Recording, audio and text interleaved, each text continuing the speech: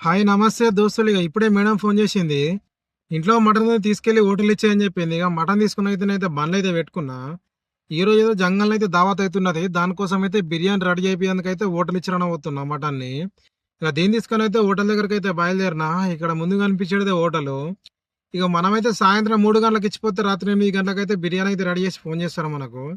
ఇక మటన్ ఇచ్చి అయితే రూమ్ కి అయితే బయలుదేరినా. మేడం వాళ్ళందరూ అయితే సాయంత్రం 3 గంటలకు వెళ్ళిపోయారు జంగల్ కు. ఇక నాకైతే మేడం అయితే ఈ బిర్యానీ తీసుకొచ్చే పని అయితే తప్ప చెప్పింది. ఇప్పుడైతే 8 బావ అవుతుంది. మేడం ఫోన్ చేసి సాగర్ బిర్యానీ రెడీ అయింది తీసుకురాపో అని చెప్పింది. ఇక వాళ్ళకి ఇవ్వని చెప్పి అయితే 550 రియల్ అయితే నాకైతే ఇచ్చింది. ఇక పైసలు అయితే వాళ్ళకి ఇచ్చేసి బిర్యానీ తీసుకుని బండ్లో పెట్టుకున్నా.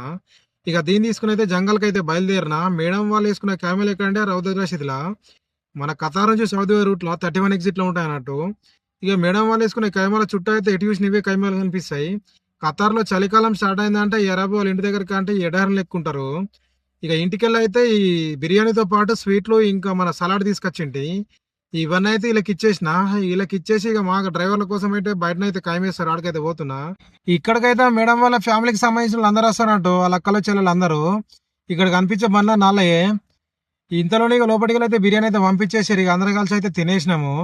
ఇక ఈడ కైమల్ దగ్గర అయితే టైం పాస్ కావడానికి అయితే లూడో కార్డ్స్ ఆడుకుంటూ అయితే టైం పాస్ అయితే చేస్తారు. వీళ్ళైతే సాయంత్రం అయితే 4 గంటలకు అయితే వస్తారు.